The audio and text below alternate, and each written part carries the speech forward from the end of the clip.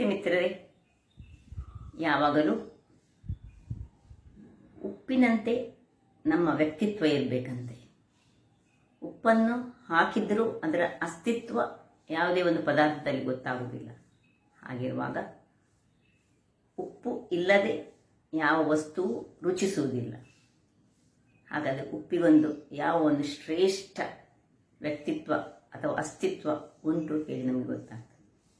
ಹಾಗಿರುವಾಗ ಇವತ್ತು ನನ್ನ ಅಡಿಗೆ ಮನೆಯಲ್ಲಿ ನಾನು ಬಾರ್ಲಿಯನ್ನು ಉಪಯೋಗಿಸಿ ಒಂದು ರುಚಿಕರವಾದ ದೋಸೆಯನ್ನು ಮಾಡಿದ್ದೇನೆ.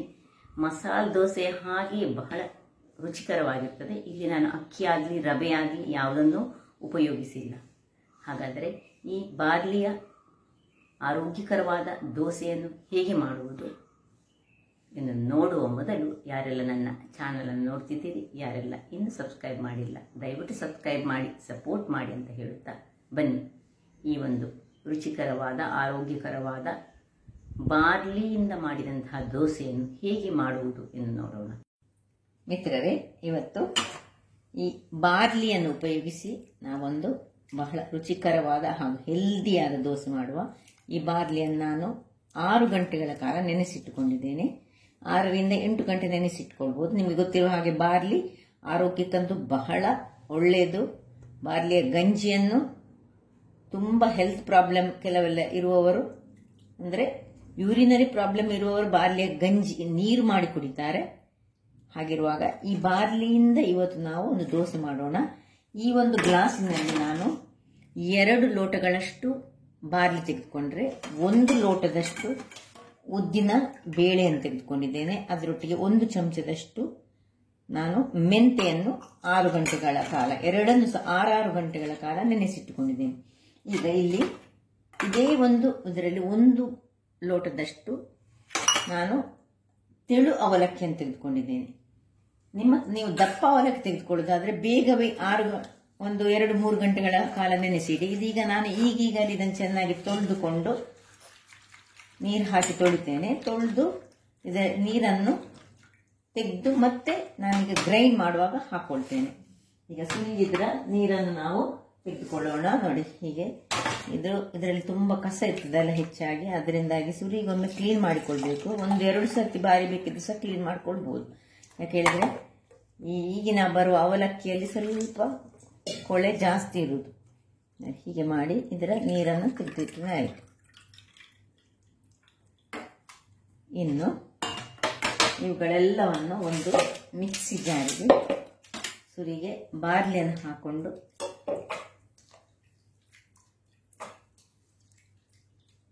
ಎರಡು ಲೋಟಗಳಷ್ಟು ಬಾರ್ಲಿ ಆದರೆ 1 ಲೋಟ ಉದ್ದು ಮತ್ತೆ 1 ಲೋಟದಷ್ಟು ಅವಲಕ್ಕಿ ಎಲ್ಲವನ್ನು ಒಟ್ಟಿಗೆ ಒಳ್ಳೆ ಫೈನ್ ಆಗಿ, ನಮ್ಗೆ ಎಷ್ಟು ಫೈನ್ ಮಾಡ್ಲಿಕ್ಕೆ ಆಗ್ತದೆ ಅಷ್ಟು ಫೈನ್ ಆದ ಪೇಸ್ಟನ್ನು ನಾನೀಗ ಬ್ಯಾಟರನ್ನು ಮಾಡ್ತೇನೆ. ನೋಡಿ, ಇದು ಹಾಕಿದೆ. ಮತ್ತೆ ಇದು ನೆನೆಸಿಟ್ಟನ ಇದನ್ನು ಒಳ್ಳೆ ನೀರು ತೆಗೆದು ಅವಲಕ್ಕಿ, ತೆಳು ಅವಲಕ್ಕಿ ಆದರೆ ಈಗೀಗಲೇ ಆಗ್ತದೆ. ದಪ್ಪ ಅವಲಕ್ಕಿ ಆದರೆ ಮಾತ್ರ ಬೇಗ ನೀವು ನೀರಿನಲ್ಲಿ ಹಾಕಿಟ್ಕೊಳ್ಬೇಕು. ಈಗ ಇದಕ್ಕೆ ಸ್ವಲ್ಪ ನೀರನ್ನು ಸೇರಿಸಿ ನಾನು ಒಳ್ಳೆ ಹೇಗೆ ನಾವು ದೋಸೆಗೆ ಬ್ಯಾಟರ್ ಮಾಡ್ತೇವೆ ನೋಡಿ, ಅದೇ ರೀತಿಯಲ್ಲಿ ಬ್ಯಾಟರ್ ಮಾಡಿ ತರ್ತೇನೆ. ವೀಕ್ಷಕರೇ, ಇಲ್ಲಿ ನೋಡಿ ಇಷ್ಟು ಫೈನ್ ಆಗಿ ಹೇಗೆ ಆಯ್ತು ನೋಡಿ, ಕಾಣಿಸ್ತಲ್ಲ. ಎಲ್ಲ ಒಟ್ಟಿಗೆ ಮಾಡಿಕೊಂಡದ್ದು ಬಾರ್ಲಿ, ಉದ್ದು ಹಾಗೂ ಅವಲಕ್ಕಿ. ಇನ್ನು ಕಾಣ್ತದೆ ನೋಡಿ ಎಷ್ಟು ಫೈನ್ ಆಗಿ ನಾನು ಮಾಡಿಕೊಂಡಿದ್ದು. ದೋಸೆ ಮಾಡ್ತಾ ಇದ್ದೇನೆ ಆ ಬಾರ್ಲಿಯಿಂದ, ಬಹಳ ಆರೋಗ್ಯಕ್ಕೆ ಒಳ್ಳೆಯದು. ನೋಡಿ, ಒಂದು ಒಳ್ಳೆ ಪಾತ್ರೆಯನ್ನು ತೆಗೆದುಕೊಂಡು ಅದರಲ್ಲಿ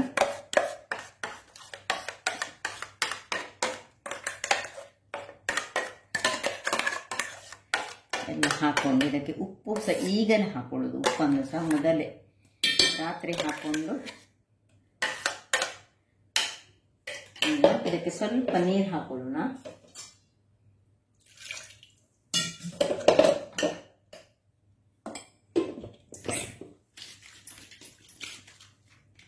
ತುಂಬ ನೀಸ ಮಾಡೋದು ಬೇಡ, ಹದಾದಲ್ಲಿ ಮಾಡಿದರೆ ಆಯಿತು. ಇನ್ನು ಸ್ವಲ್ಪ ದಪ್ಪ ಆಯಿತು, ಇನ್ನು ಸ್ವಲ್ಪ ನೀರು ಬೇಕಾಗ್ತದೆ. ನೋಡಿ, ಈಗಲೇ ಅದರಲ್ಲಿ ಹೇಗೆ ಬಬಲ್ಸ್ ಬರ್ತದೆ ನೋಡಿ, ಅದು ಒಳ್ಳೆ ಉಬ್ಬಿ ಬರ್ತದೆ ನಾಳೆ ಆಗುವಾಗ. ಈಗ ಸ್ವಲ್ಪ ಉಪ್ಪನ್ನು ಹಾಕೊಳ್ಳೋಣ ನಾವು ರುಚಿಗೆ ತಕ್ಕಷ್ಟು.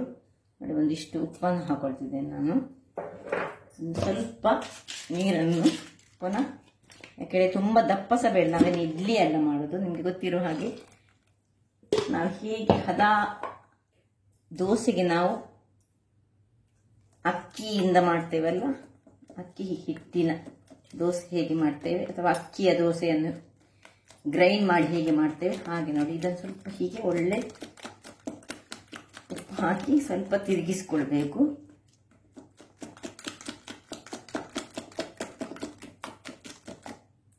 ಮಾಡಿ ಇನ್ನು ಒಂದು ಮುಚ್ಚಳವನ್ನು ಮುಚ್ಚಿ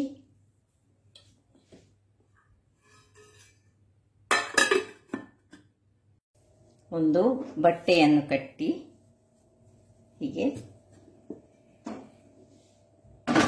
ಇನ್ನು ನಮ್ಮ ಕೆಲಸ ನಾಳೆ ಬೆಳಿಗ್ಗೆ. ಸೊ ಫರ್ಮೆಂಟೇಷನ್ಗೆ ನಾವು ಇಡ್ತಾ ಇದ್ದೇವೆ. ನಾಳೆ ಹೇಗೆ ದೋಸೆ ಮಾಡೋದನ್ನು ನೋಡೋಣ ವೀಕ್ಷಕರೇ. ನೋಡಿ, ಇಲ್ಲೀಗ ಬೆಳಿಗ್ಗೆ ಆಗಿದೆ. ಹೀಗೆ ಆಗಿದೆ ನೋಡೋಣಮ್ಮ. ಒಳ್ಳೆ ಅಂಟಿ ಹೋಗಿದೆ ನೋಡಿ, ಹೀಗೆ ಒಳ್ಳೆ ಉಬ್ಬಿ ಬಂದಿದೆ ಹೀಗೆ ನೋಡಿ. ಅಂತೆ ಉದ್ದು ಹಾಕಿದ್ದಲ್ಲ, ಹಾಗಾಗಿ ದೋಸೆ ಮಾಡಲಿಕ್ಕೆ ಈಗ ರೆಡಿ ಮಾಡ್ಕೊಳ್ಳೋಣ. ಈಗ ದೋಸೆಗೊಂದು, ಇದು ಬಾರ್ಲಿಯ ದೋಸೆ ನಿಮಗೆ ಗೊತ್ತಿರುವ ಹಾಗೆ. ಈ ದೋಸೆಗೊಂದು ನಮಗೀಗ, ನಿಮ್ಗೆ ಇಲ್ಲಿ ಬೇಕಿದ್ರೆ ಸ್ವಲ್ಪ ಸಕ್ಕರೆ ನೀವು ಯೂಸ್ ಮಾಡ್ಬೋದು. ಬೇಕಿದ್ದವರು ಸಕ್ಕರೆ ಹಾಕಿದ್ರೆ ಸ್ವಲ್ಪ ಈ ದೋಸೆ ಕಲರ್ ಚೆನ್ನಾಗಿ ಬರ್ತದೆ, ಇನ್ನೂ ಸಹ ಚೆನ್ನಾಗಿ. ಈಗ ನೋಡಿ, ಇಲ್ಲದಿದ್ರೆ ಚೆನ್ನಾಗಿ ಉದ್ದ ಹಾಕಿದ್ದೇವೆ, ಇದು ಮೆಂತೆ ಹಾಕಿದ್ದೇವೆ, ಅದರಲ್ಲಿ ಸಹ ಚೆನ್ನಾಗಿ ಬರ್ತದೆ. ಬೇಕಿದ್ರೆ ಹಾಕೊಳ್ಬೋದು. ನಾನು ಹಾಕ್ತಾ ಇಲ್ಲ ಈಗ ಈ ಒಂದು ಇದನ್ನು ತಿನ್ಲಿಕ್ಕೆ ಇದನ್ನು ಪಕ್ಕಕ್ಕೆ ಇಟ್ಕೊಳ್ಳೋಣ. ನಾನು ಸ್ವಲ್ಪ ಈ ಕಡಲೆ, ಒಂದು ಸಣ್ಣ ಸ್ವಲ್ಪ ಕಡಲೆಯನ್ನು ನಾನು ಬೇಯಿಸಿಟ್ಟುಕೊಂಡಿದ್ದೇನೆ. ಇದರದೊಂದು ಗಶಿ ಮಾಡ್ಕೊಳ್ಳೋಣ. ಅದಕ್ಕೆ ಬೇಕಾಗುವ ಸಾಮಗ್ರಿಗಳು ನೋಡಿ. ಸ್ವಲ್ಪವಾದ ಮಸಾಲೆ ಪದಾರ್ಥಗಳು, 1 ಚಮಚದಷ್ಟು ಮೆಣಸಿನ ಹುಡಿ, ಒಂದು ಅರ್ಧ ಚಮಚದಷ್ಟು ಜೀರಿಗೆ ಹುಡಿ, 1 ಚಮಚದಷ್ಟು ಕೊತ್ತಂಬರಿ ಹುಡಿ, ಒಂದು ಅರ್ಧ ಚಮಚದಷ್ಟು ಇದು ಗರಂ ಮಸಾಲೆ ಪುಡಿ ಅಥವಾ ಚಿಕನ್ ಮಸಾಲೆ ಪುಡಿ ಇದ್ದರೆ ಅದು ಸಹ ಹಾಕೊಳ್ಬಹುದು ಅಷ್ಟು. ಮತ್ತೆ ಸ್ವಲ್ಪ ಜೀರಿಗೆ, ಒಂದು ಅರ್ಧ ಚಮಚದಷ್ಟು ಜೀರಿಗೆ, ಅರ್ಧ ಚಮಚದಷ್ಟು ಸಾಸಿವೆ, ಮತ್ತೆ ಸ್ವಲ್ಪ 1-2 ಚಮಚದಷ್ಟು ತೆಂಗಿನ ತುರಿ, ಒಂದು ಅರ್ಧ ಲಿಂಬೆ ಹುಳಿ, ಸ್ವಲ್ಪ ಕರಿಬೇವಿನ ಸೊಪ್ಪು ಮತ್ತು ಸ್ವಲ್ಪ ಕೊತ್ತಂಬರಿಯ ಸೊಪ್ಪು. ಈಗ ಮೊದಲಿಗೆ ನಾನು ಒಂದು ಮಿಕ್ಸಿಯಲ್ಲಿ ಇದರನ್ನು ಈ ಕಡಲೆಯ ಸ್ವಲ್ಪ ಒಂದಿಷ್ಟು ಕಡಲೆ ಮತ್ತೊಂದು ಇಷ್ಟು, ಅದಕ್ಕೆ ಸ್ವಲ್ಪ ನೀರು ಹಾಕಿ, ಸ್ವಲ್ಪ ತೆಂಗಿನ ತುರಿ ಮತ್ತೆ ಈ ಎಲ್ಲ ಮಸಾಲೆಗಳನ್ನು ಹಾಕೊಂಡು, ಜೀರಿಗೆ ಪುಡಿ, ಕೊತ್ತಂಬರಿ ಪುಡಿ, ಮೆಣಸಿನ ಹುಡಿ ಮತ್ತು ಗರಂ ಮಸಾಲೆ ಪುಡಿಗಳನ್ನೆಲ್ಲ ಹಾಕಿ ಒಂದು ಗ್ರೈಂಡ್ ಮಾಡ್ತಾ ಇರ್ತೇನೆ. ಇಲ್ಲಿ ನೀವು ಲಿಂಬೆ ಹುಳಿಯ ಬದಲು ನೀವು ಹುಳಿಯನ್ನು ಸಹ ಯೂಸ್ ಮಾಡ್ಕೊಳ್ಬಹುದು ಬೇಕಿದ್ರೆ. ಸೊ ಇದನ್ನೆಲ್ಲ ಹಾಕೊಳ್ತೇನೆ. ಈ ಬೆಳ್ಳುಳ್ಳಿ ಒಂದು ಹಾಕೊಳ್ಳೋದಿಲ್ಲ, ಇದೆಲ್ಲ ಹಾಕಿ ಒಂದು ಗ್ರೈಂಡ್ ಮಾಡಿ ತರ್ತೇವೆ ವೀಕ್ಷಕರೇ. ಇಲ್ಲಿ ನೋಡಿ, ಇಷ್ಟೇ ಮಸಾಲೆ ನಾವು ರೆಡಿ ಮಾಡಿದ್ದೆ. ಒಳ್ಳೆ ಫೈನ್ ಆಗಿ ಪೇಸ್ಟ್ ಮಾಡಿ ಇಟ್ಕೊಂಡೆ. ಇದೀಗ ಇಟ್ಕೊಳ್ಳೋಣ. ಇಲ್ಲಿ ಗ್ಯಾಸ್ ಆನ್ ಮಾಡಿಕೊಂಡು ಒಂದು ಕಡಾಯಿಯನ್ನು ಇಟ್ಟು ಒಂದು ಒಗ್ಗರಣೆಗೆ ರೆಡಿ ಮಾಡುವ. 1 ಅಥವಾ 2 ಚಮಚದಷ್ಟು ಎಣ್ಣೆ ಬಿಸಿಯಾಗುವಾಗ ಸಾಸಿವೆ ಒಟ್ಟಿಗೆ ಈ ಬೆಳ್ಳುಳ್ಳಿ ಒಟ್ಟಿಗೆ ಜೀರಿಗೆ ಒಟ್ಟಿಗೆ ಒಳ್ಳೆ, ಇಲ್ಲಿ ಬೇಕಿದ್ರೆ ಒಂದು ಕೆಂಪು ಮೆಣಸು ನಾವು ಕಟ್ ಮಾಡಿ ಸಹ ಹಾಕೊಳ್ಬಹುದು. ನಾನೊಂದು ಅರ್ಧ ಮೆಣಸನ್ನು ಹಾಕೊಳ್ತಿದ್ದೇನೆ.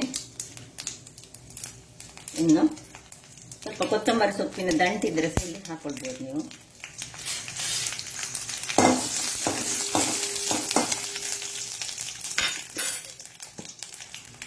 ಇನ್ನು ಈ ಬೇಯಿಸಿಟ್ಟಂತಹ ಕಡಲೆಯನ್ನು ಹಾಕೊಳ್ಳಿ. ಸ್ವಲ್ಪ ಹಿಂಗು ಆಗ ಸಹ ಒಗ್ಗರಣೆಗೆ ಹಾಕೊಳ್ಬಹುದು, ಅಥವಾ ಹೀಗೆ ಸ್ವಲ್ಪ ಹಾಕೊಳ್ಬಹುದು, ಅಥವಾ ಬೇಯಿಸುವಾಗಲೇ ನೀವು ಹಿಂಗನ್ನು ಹಾಕೊಂಡ್ರೆ ಸಹ ಆಗ್ತದೆ. ಇನ್ನು ಇದು ಒಂದು ಕುದಿಯುವಾಗ ಈ ಮಸಾಲೆಯನ್ನು ಹಾಕುದು. ಇದು ಪಟಾಪಟ ಆಗುವಂತಹ ಒಂದು ಯಾವುದು ಮಸಾಲೆಯ ಪದಾರ್ಥಗಳು.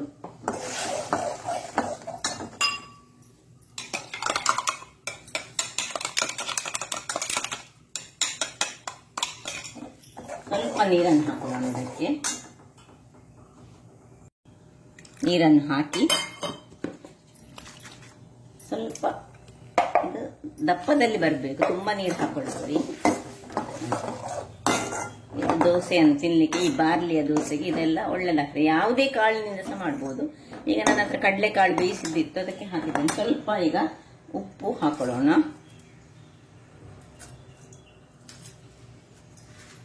ಸ್ವಲ್ಪ ಲಿಂಬೆಯ ರಸ, ಅಥವಾ ನೀವು ಗ್ರೈಂಡ್ ಮಾಡುವಾಗಲೇ ಹುಳಿಯನ್ನು ಹಾಕೊಂಡ್ರೆ ಸಾಕ್ತದೆ. ಈಗ ಒಂದು ಕುದಿ ಬರ್ಲಿಕ್ಕೆ ಇದನ್ನು ಬಿಡೋಣ.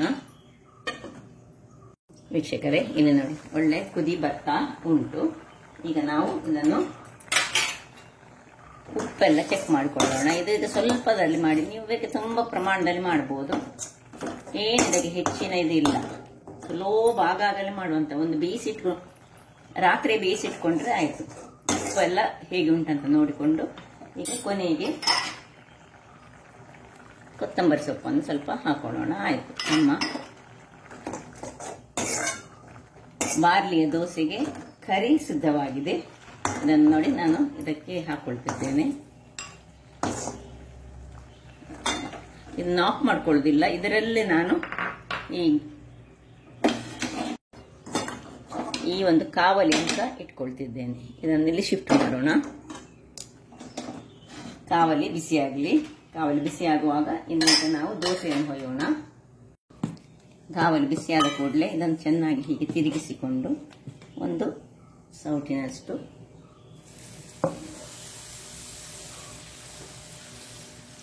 ತುಂಬಾ ತೆಳು ಮಾಡ್ಲಿಕ್ಕೆ ಹೋಗಬೇಡಿ. ಅದಾದಲ್ಲಿ ಒಳ್ಳೆ ಇದರ ಮೇಲೆ ಸೈಡ್ಸಿಗೆ ಸ್ವಲ್ಪ ತುಪ್ಪವನ್ನು ಹಾಕೊಳ್ಳೋಣ. ಆಪ್ಷನಲ್, ಎಣ್ಣೆ ಆ ತುಪ್ಪ. ಇನ್ನು ಮುಚ್ಚಳವನ್ನು ಮುಚ್ಚಿಕೊಂಡು ಬೇಯಿಸಿಕೊಳ್ಳೋಣ.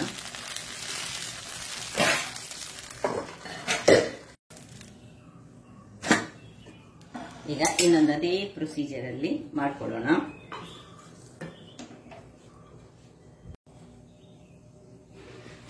ನೋಡಿ, ಎರಡನೇ ದೋಸೆ ಅದೇ ಪ್ರೊಸೀಜರ್.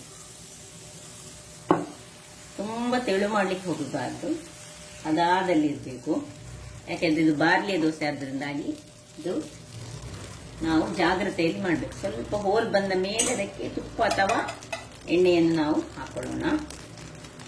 ಸೈಡ್ಸ್ಗೆ ಹಾಕಿ ಸ್ವಲ್ಪ ಮೇಲಿಂದ ಹಾಕಿದ್ರೆ ಹೆಚ್ಚು ಹಾಕದಿದ್ರೆ ನಡೀತದೆ. ನಾನ್ ಸ್ಟಿಕ್ ಅಲ್ಲಿ ಎಣ್ಣೆ ಅಗತ್ಯ ಇಲ್ಲ. ನೋಡಿ ಎಷ್ಟು ಹೋಲ್ಸ್ ಬರ್ತದೆ ನೋಡಿ. ಇದು ಬಾರ್ಲಿ ಆದ ಅಕ್ಕಿ ನಾವು ಸ್ವಲ್ಪ ಸಹ ಯೂಸ್ ಮಾಡಲಿಲ್ಲ. ವೀಕ್ಷಕರೇ, ಇದು ನೋಡಿ ಎರಡನೇ ದೋಸೆ ಸಹ ರೆಡಿಯಾಗಿದೆ. ಹೇಗೆ ಬಂದಿದೆ ನನಗೆ ಸ್ವಲ್ಪ ಕಾಯಬೇಕು. ಇದು ಕಾಯಲಿಕ್ಕೆ ಸ್ವಲ್ಪ ಟೈಮ್ ತಾಗ್ತದೆ. ಯಾಕೆ ಹೇಳಿದ್ರೆ ಇದು ಬಾರ್ಲಿ ಆದ್ರಿಂದಾಗಿ ಸ್ವಲ್ಪ ನೋಡಿ ಹೋಲ್ಸ್ ಎಲ್ಲ ಭಾರಿ ಚೆನ್ನಾಗಿ ಬರ್ತದೆ ಮತ್ತು ರುಚಿಯೂ ಅಷ್ಟು ಚೆನ್ನಾಗಿ ಬರ್ತದೆ. ಎರಡನೇ ದೋಸೆ ಸಹ ರೆಡಿಯಾಗಿದೆ. ಬೇಕಿದೆ ನಾನು ಸ್ವಲ್ಪ ಮೇಲೆ ತುಪ್ಪ ಹಾಕೊಂಡೆ. ನೋಡಿ, ಇದು ತುಪ್ಪ ಹಾಕೊಂಡೆ ತುಪ್ಪ ಅಲ್ಲೇ ಬರ್ತದೆ ನೋಡಿ, ಉಳಿತದೆ. ಹೆಚ್ಚು ಅದು ತುಪ್ಪವನ್ನು ಸಹ ಎಳೆದುಕೊಳ್ಳುವುದಿಲ್ಲ. ಈಗ ಇದನ್ನು ಹೀಗೆ ಮಸಾಲೆ ದೋಸೆ ಹಾಗೆ ಬರ್ತದೆ. ಬಹಳ ರುಚಿಕರವಾಗಿರ್ತದೆ. ನೋಡಿದ್ರಲ್ಲ ವೀಕ್ಷಕರೇ, ನೋಡಿ ಹೇಗೆ ಚೆನ್ನಾಗಿ ಬಂದಿದೆ. ಈಗ ಈ ಒಂದು ಕಡಲೆಯನ್ನು ನನ್ನ ಹತ್ರ ಬೇಯಿಸಿದ ಕಡಲೆ ಇದ್ದರೆ ಕಡಲೆಯಲ್ಲಿ ಮಾಡಿದೆ. ಇದನ್ನು ನೀವು ಬಟಾಟೆಯಲ್ಲಿ ಸಹ ಮಾಡಿಕೊಳ್ಬಹುದು. ಬಟಾಟೆಯನ್ನು ಸಹ ಹೀಗೆ ಇದೇ ರೀತಿಯಲ್ಲಿ ಮಾಡಿ ಕೂಡಲೇ ಮಾಡ್ಕೊಳ್ಬಹುದು. ನೋಡಿ ಎಷ್ಟು ಚೆನ್ನಾಗಿ ಬಂದಿದೆ ನೋಡಿ, ತಿನ್ನಲಿಕ್ಕೆ ಸಹ ಅಷ್ಟೇ ಚೆನ್ನಾಗಿದೆ. ಹಾಗಾದ್ರೆ ನೋಡಿದ್ರಲ್ಲ ವೀಕ್ಷಕರೇ, ಬಾರ್ಲಿಂದಲೂ ಸಹ ದೋಸೆಯನ್ನು ನಾವು ಮಾಡಬಹುದು. ನಾವು ಸ್ವಲ್ಪವೂ ಅಕ್ಕಿಯನ್ನು ಯೂಸ್ ಮಾಡಲಿಲ್ಲ ಅಥವಾ ಇತರ ಯಾವುದೇ ವಸ್ತುವನ್ನು ಯೂಸ್ ಮಾಡದೆ ಉದ್ದು ಮತ್ತು ಬಾರ್ಲಿಯಿಂದ ಒಂದು ರುಚಿಕರವಾದ ದೋಸೆಯನ್ನು ಮಾಡಿದ್ದೇವೆ. ಹಾಗಾದ್ರೆ ನನ್ನ ಈ ಕುಕಿಂಗ್ ಚಾನಲ್ ನಿಮಗೆ ಇಷ್ಟ ಆದರೆ ಬೋಳೂರು ಸುವರ್ಣ ಚಾನಲ್ ಅನ್ನು ಲೈಕ್ ಮಾಡಿ, ಶೇರ್ ಮಾಡಿ ಹಾಗೂ ಸಬ್ಸ್ಕ್ರೈಬ್ ಮಾಡಿ ಹಾಗೂ ನನ್ನ ಇನ್ಸ್ಟಾಗ್ರಾಮ್ ಪೇಜ್ ಅನ್ನು ಫಾಲೋ ಮಾಡಿ. ಧನ್ಯವಾದಗಳು.